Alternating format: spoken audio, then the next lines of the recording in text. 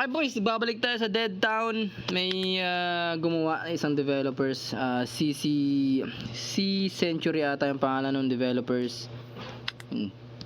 Gumawa sila ng unofficial remake ng Dead Town. Sa mga dati pa sa channel, alam nyo naman na ito yung unang video ko sa channel talaga, itong game na to. Kukuha tayo ng maraming medyo boring yung umpisa nito mga tol. Medyo boring. Kuha tayo ng maraming mga kahoy. Kita nyo sa gilid yung hunger natin, tsaka yung live, tapos yung level natin dito. Sa gilid naman yung mga items na napupulot natin. So ang ginagawa ko kasi dito, namimili ako ng mapa. Namimili ako ng mapa dito. Saan ba tayo titira? Titira tayo dito sa mga na to. Dalawa lang yung pintuan na bahay. So yun yung unang goal natin ngayon. Napansin ko lang dito mga tol, no, kumpara dun sa original, ang daming items na bumabagsak dito. Ayan, no, kita nyo ba yun? May solar panel agad, may blueprint, ayan, no. Which is maganda para sa akin kasi ang hirap talaga maghanap ng mga bagay na yan.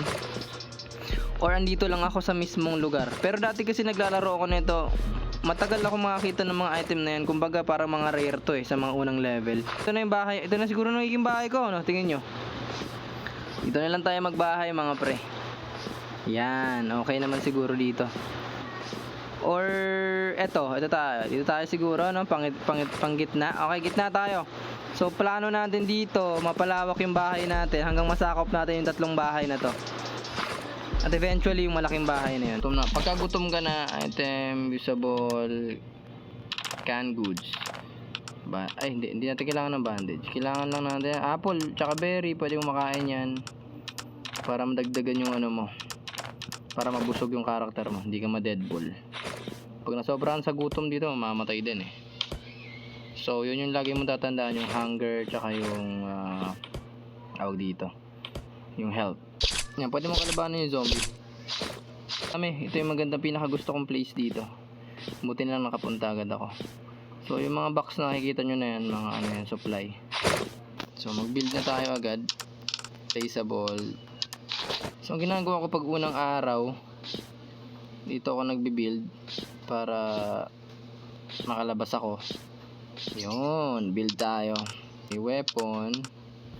Wala tayong stone. So yun nga, kailangan mo ng mga gamit. Kailangan mo ng stone para magawa ka ng stone axe. Yan, and gabi na. Kung makikita nyo sa mapa, gabi na. Dito ba ako naglagay? May campfire din dito.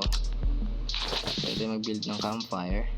Yan. Pagkagabi kasi talaga boys, zero visibility dyan pag wala kang campfire. So kailangan build mo na rin yan. At yung test mo, kailangan mo lang i-dep yung area mo ng 3 wave ng zombie. Pwede ka rin magluto dito pag may raw meat ka. Yan, napaka solid na game. Comment down below boys kung ano ba, trip nyo rin ba tong game, no? Para meron din tayong ibang malaro dito sa channel, syempre. Ang aking buhay, Diyos ko, wala pala akong stone axe. Aray. Okay. Masisira din naman yung mga masisira din yung mga equipment. Kasi pwede mo silang lapitan para ma-repair. Tulad nito.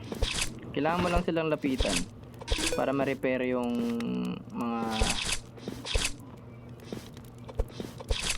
placeable mo dyan. Push. Skill, yan. Pwede survival, fighting, craft, yan. Pataas ng pataas yung level. Pataas din ng pataas yung chance, damage, yan. So, survival muna tayo. Ito muna yung patience muna. At saka itong recovery. Feeling ko. So, yun yung inuuna ko dito, yung dalawa. Tsaka yung movement speed. Ayan, yung tatlo na yun. Para mabilis ka gumalaw. At the same time, hindi ka agad magutom. Tapos, parang mabilis mag-recover yung buhay mo. Ito lang yung pinaka-tricky dito, boys. Yung day 1 lang talaga. Diba? Tagal mag-wave 3 Ayun, wave 3 na. Pag naririnig yung bell ng simbahan, yun yung indication na panibagong wave na.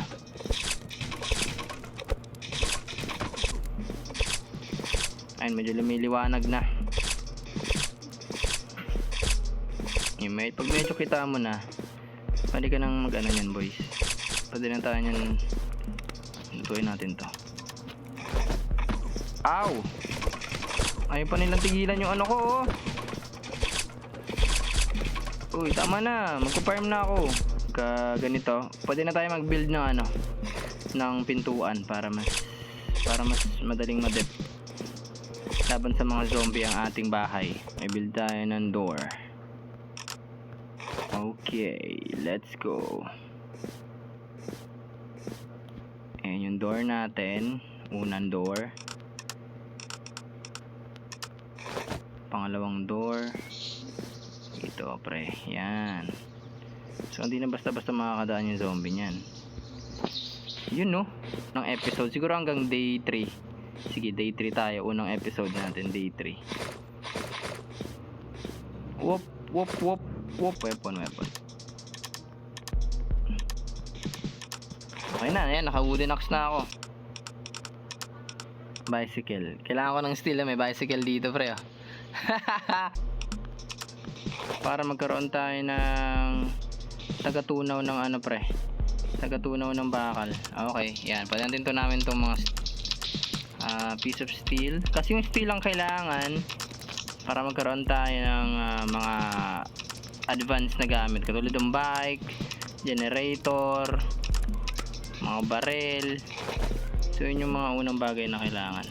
Tulad nitong bibuild ko ngayon, magkakaroon na tayo ng bike. So pag may bike na tayo,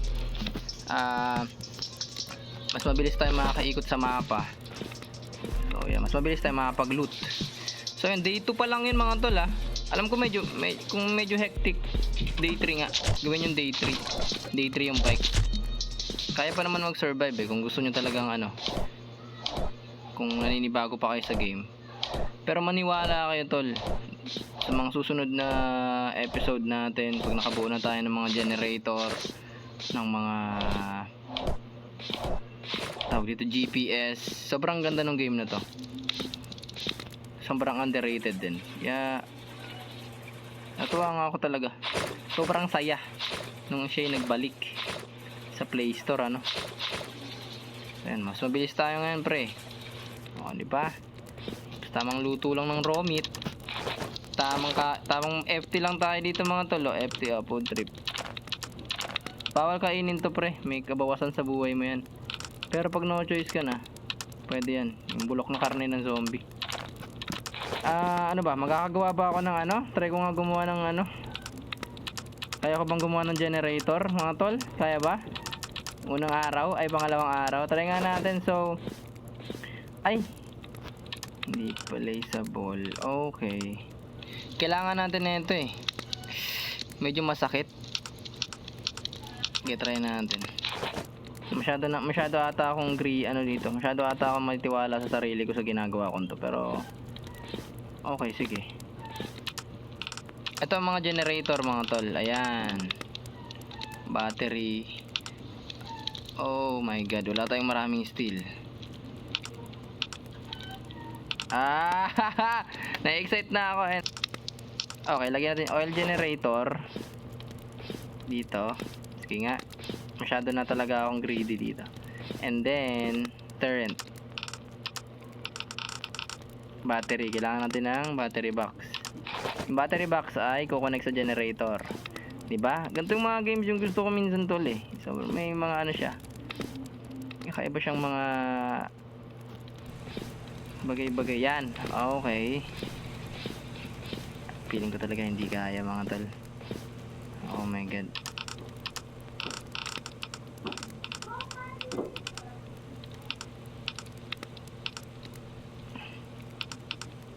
Diba?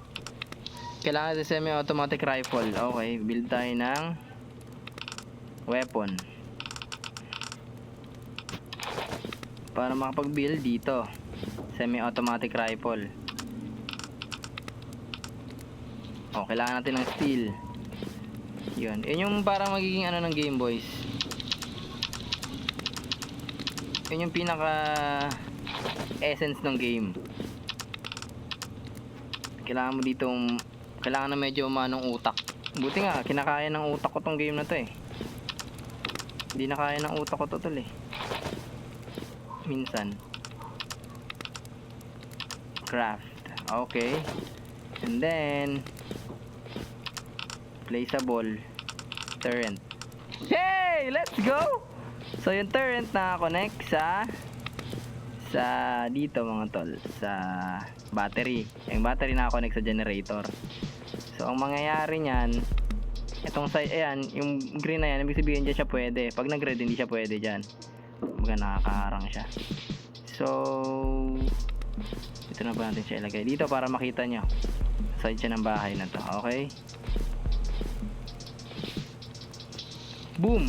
Day 2! Nakagawa tayo ng generator at turret. Nakapangan. So proud pre. Ito ata pinakamabilis kong ano. Ayan, binabaril na niya yung mga zombie automatically. So, medyo stable na tayo dito mga pre. Ito na lang paproblemahin natin yung kabilang pintuan. Pero hanggat nandito ka nakatayo, nare-repair naman yan. So yan. So yan ang ating unang episode mga kaibigan, ano. Hindi nyo kailangan sundin to boys. Sabi ko nga sa inyo, pwede naman kayo mag-loot na mag-loot. Basta unahin nyo lang talaga yung maghanap kayo ng bahay na kaya nyo edep. So para sa akin, itong dalawang pintuang bahay yung pinakamadaling edep. Kasi dalawa lang naman yung entrance ng mga zombie dito. So pwede ka lang mag back and forth na mag-dep. Mga kaproud astig naman, kinaya ko yun. Day 2. Ayos din. Wave 3. Kayang-kaya na to mga pre. Sabi ko sa inyo.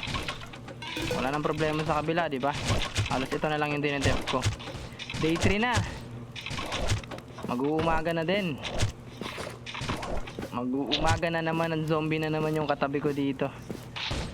Pero ayos lang. Stable na ako dito sa ano ko eh. Stable na ako dito sa lugar ko mga tol. Uy, namatay yung ilaw. So yan, kailangan nyo rin pala yan lagyan ng ano pre. Parang cloth. Ay, gagi, ba't ako lumabas? What the heck? Tik pa ako dun, gagi. Ayun na nga, mga kaibigan. Yun boys. Day 1, kailangan nyo lang talaga magtago ng parang ganito. Yan. Abot din pala ng turret ko yun, pre. So, yan. Kailangan nyo rin mag-build ng bike. Mga day 1 to day 2 to day 3, dapat may bike na kayo, pre. Stone, yung kailangan nyo ng stone, wood, metal, piece of steel. Yan, para mabuhay kayo dito. Damihan nyo ng damihan. Huwag nyo munang pansinin yung ibang item. Ay, umaga na naman, di ba? Buhay na naman ako. Piece of steel. So, yan, pag umaga na, pwede na kayo mag-loot. Huwag nyo na hintayin yung sobrang sikat na araw. So, ang ginagawa ko lang dito, yan, loot ka lang ng loot. Yan, daming loot dito. So, yun pre, ang ating episode 1, Dead Town. Hindi ko in-expect na magkakaroon ulit ako ng Dead Town series ngayon 2024. So yun nga, more power sa developers. Suportahan natin sila mga tol. Laruin natin yung game. Paramihin natin yung mga naglalaro ng game to. Kasi sobrang ganda ng game na to para sa mga katulad kong ganito, mga nerd pagdating sa ganitong uri ng game. So yun lang. Like and subscribe, join the gaming adventure. Dadamihan ko pa yung mga bahay ko dito. Ayan, sasakupin ko to. Ayan. Tsaka magbigay din kayo ng tips boys. Baka may mga hindi pa ako alam na makakatulong sa gameplay para mas tumagal ako. Comment nyo lang dyan sa baba, huwag kayong maya. Gusto ko rin ng maraming nagtitips, nagbibigay. May mas maraming mas magagaling sa akin dito. So ayan, like and subscribe. Thank you boys. Day 3, bukas balik tayo. Maglulot lang din ako off. Hindi ko muna i-record pag naglulot ako. Basta ako pag may mga project akong gustong gawin dito sa base ko, papakita ko sa inyo mga major update about sa series. So yun lang. Thank you. PDP out. Peace.